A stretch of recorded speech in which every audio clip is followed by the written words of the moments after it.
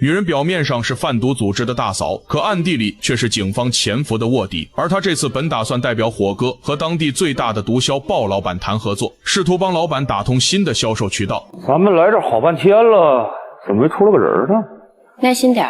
起初，女人本以为对方这是要给自己一个下马威，但直到她看到了包间角落里的摄像头，这才终于明白了对方的用意。而她只是随便一个眼神，手下的老六便立马就明白了她的意思。骂我老子不玩了，爱他们找人合作。果然，这边的情况被监控后的鲍老板看见后，于是立马让手下的人过去打圆场，而丹青却并没有第一时间责怪对方，反而是先替小弟的行为赔礼道歉。只不过话锋一转，指出对方这样的待客之道实在太没意思了。做生意嘛，讲究个规矩，宁可舒适，不可舒心。也许这一趟是我们来错了。不得不说，这一手软硬兼施，不仅瞬间就镇住了场子，而且也让监控后的鲍老板对他刮目相看，于是立马给手下的人打去了电话。你能代表火哥吗？我的话就是火哥的意思。尽管如此，鲍黑却依然不肯相信。不过经过手下人的调查，他们惊讶地发现丹青居然就是火哥的老婆。很显然，火哥给的诚意已经十分的足了。阿虎的女叫什么名字？叫丹青。丹青不知老将至，富贵于我如浮云。随后在鲍黑的示意下，手下的人便立马给他们换了一个更大的包间。丹青本以为终于通过了对方的考验，却没想到这时负责接待他们的祥哥竟直接让人给他们端上来一盘硬菜，并示意丹青和他的人必须尝一口，以此来证明自己不是警察。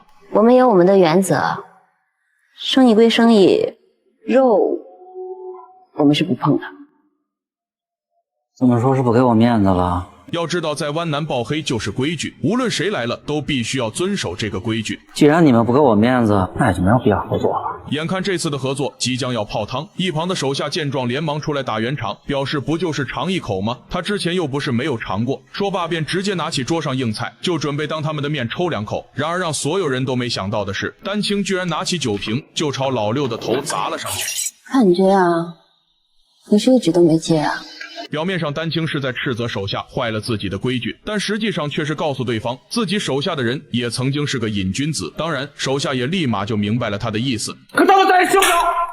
而丹青眼看时机成熟，当即便表示，既然鲍老板不想合作的话，那他们就先走了。他本以为这招以退为进可以得到效果，可不料这时对方竟直接伸手示意，于是无奈的几人也只好就此离开。不过丹青怎么可能放弃这个机会，拿着一包东西就扔给了对方，并且直接来到了摄像头下面。